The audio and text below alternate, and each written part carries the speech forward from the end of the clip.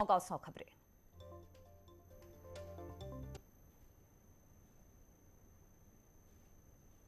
तो देश में ऑक्सीजन के उत्पादन और आपूर्ति को लेकर प्रधानमंत्री मोदी ने हाई लेवल मीटिंग तीसरी लहर को देखते हुए उत्पादन बढ़ाने को लेकर हुई चर्चा। प्रधानमंत्री नरेंद्र मोदी 15 जुलाई को उत्तर प्रदेश के 9 जिलों में देंगे मेडिकल कॉलेज का तोहफा। देवरिया, गाजीपुर, हरदोई, जौनपुर, मिर्जापुर समेत 9 जिलों को एक साथ मिलेंगे 9 मेडिकल कॉलेजेस। भोजपुरी फिल्मों में बढ़ती अश्लीलता पर योगी सरकार सख्त अनुदान राशि बंद करने का फैसला। राजू श्रीवास्तव ने सीएम योगी से मुलाकात कर उठाया मुद्दा। भोजपुरी फिल्मों और गानों में बढ़ती अश्लीलता पर योगी सरकार की सख्ती का सांसद रवि किशन ने किया स्वागत। सीएम योगी के इस फैसले पर जताई खुशी। पूर्व सीएम कल्याण सिंह की सेहत को लेकर पीजीआई में जारी किया हेल्थ बुलेटिन। आईसीयू में भर्ती कल्याण सिंह की हालत बेहतर, उनका स्वास्थ्य पहले से स्थिर। कल्याण सिंह की तबीयत में लगातार दिख रहा है सुधार।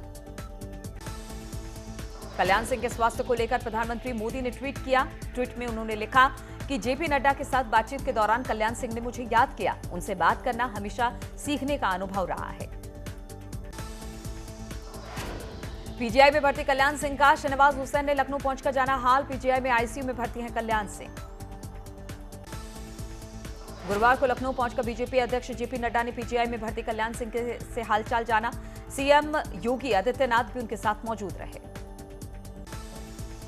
उत्तर प्रदेश में नई जनसंख्या नीति लाने की तैयारी में योगी सरकार। 11 जुलाई को होगा ऐलान। मां और बच्चों की मृत्यु दर पर कम करने पर रहेगा फोकस। उत्तर प्रदेश सरकार में अल्पसंख्यक कल्याण राज्य मंत्री मोहसिन रजा ने नई जनसंख्या नीति पर कहा कि देश के विकास में बढ़ती जनसंख्या बड़ी बाधा, इसलिए नई जनसंख्या नीति बहुत जरूरी है। उत्तर प्रदेश में कार सेवकों के नाम से बनेगी सड़कें बनाने का डिप्टी सीएम केशव मौर्य ने किया ऐलान। डिप्टी सीएम ने कहा कि 1990 में एसपी सरकार ने निहत्थे राम भक्तों पर चलवाई थी गोलियां। निषाद पार्टी के अध्यक्ष संजय निषाद को विरोधियों पर लगाया निषाद पार्टी और बीजेपी में मतभेद का माहौल बनाने का आरोप। कहा मेरे बयान को तोड़ मरोड़ कर पेश किया जा रहा है। बीजेपी से दोस्ती हमेशा रहेगी।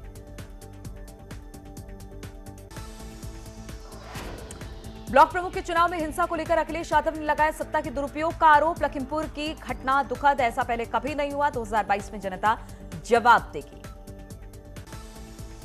पंचायत चुनाव में हिंसा को लेकर बीएसपी अध्यक्ष मायावती ने साधा एसपी और बीजेपी पर निशाना। कहा सत्ता और धनबल का हुआ दुरुपयोग, एसपी के शासन की याद। गुरुवार को बहराइच में गाजी की मजार पर चादर चढ़ाने के बाद असुद्दीन ओवैसी का बीजेपी पर निशाना। कहा हम सर्कस के जोकर नहीं, रिंग मास्टर बनकर दूसरों को इशारों पर नचाएंगे। कैबिनेट मंत्री अनिल राजभर ने दी ओम प्रकाश राजभर को चेतावनी। कहा राजभर समाज के लोग अपने बस्तियों में नहीं घुसने देंगे। बहराइच में ओम प्रकाश राजभर द्वारा मसूद गाजी की दरगाह पर चादर चढ़ाने को लेकर अनिल राजभर ने की टिप्पणी।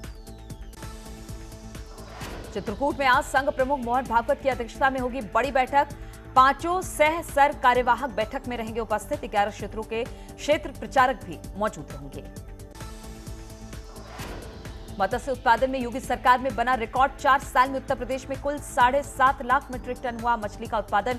4 साल में हजारों लोगों को रोजगार।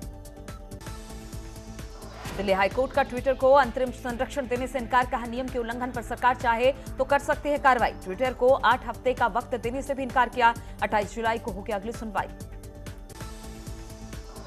देश में 24 घंटे में आए कोरोना के 43,393 नए मामले। एक दिन में 911 लोगों की हुई मौत। करीब 37 करोड़ लोगों का हुआ वैक्सीनेशन। महाराष्ट्र को पीछे कर वैक्सीनेशन में फिर नंबर 1 बना उत्तर प्रदेश। अब तक 3,58,00,000 से ज्यादा लोगों को लगा टीका।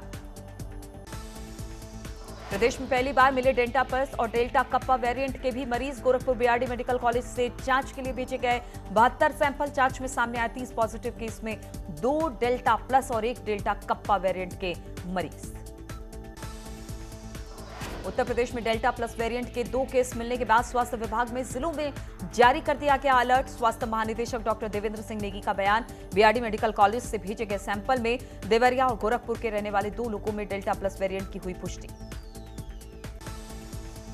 कोरोना काल में छूट के बाद कई जगहों पर लापरवाही की भीड़ देखने को मिल रही है। दिल्ली के उखला सब्जी मंडी में कोविड नियमों को ताक पर रखकर लोगों की भीड़ जमा हो रही है। तीसरी लहर को यह भीड़ दावत दे रही है। लखनऊ में स्वास्थ्य विभाग के सभी संगठनों ने ट्रांसफर के विरोध में किया कार्य बहिष्कार। पीएमएस संघ और मेडिकल स्टाफ ने 2 घंटे का कार्य बहिष्कार कर विरोध जताया। कानपुर में बड़ा हादसा होते होते टल गया। बेकाबू नदी में गिरी बेकाबू बस रोडवेज की गिर गई। इससे पहले थोड़ी देर तक वो पुल पर ही अटकी रही। सवारियों ने कूदकर किसी तरह से अपनी जान बचाई। कुशीनगर के कसाया इलाके में बाइक को बचाने में बिजली के खंभे से टकराई बोलेरो। करंट लगने से उतरने से गाड़ी में 6 लोग जो थे सवार वो झुलस गए, जिनमें से 2 की हालत गंभीर है। अस्पताल में भर्ती करा दिया गया है।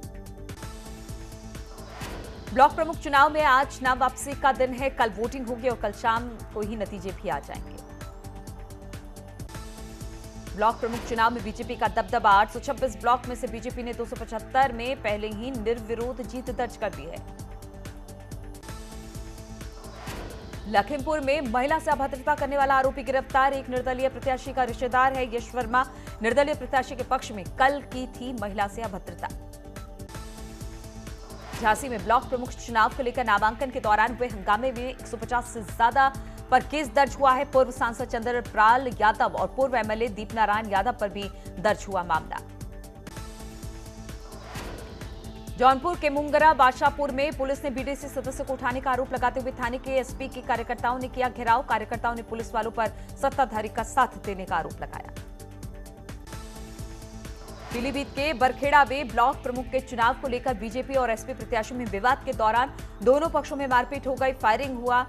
पुलिस ने दोनों पक्षों से घायल लोगों को इलाज के लिए अस्पताल में भर्ती करा दिया है।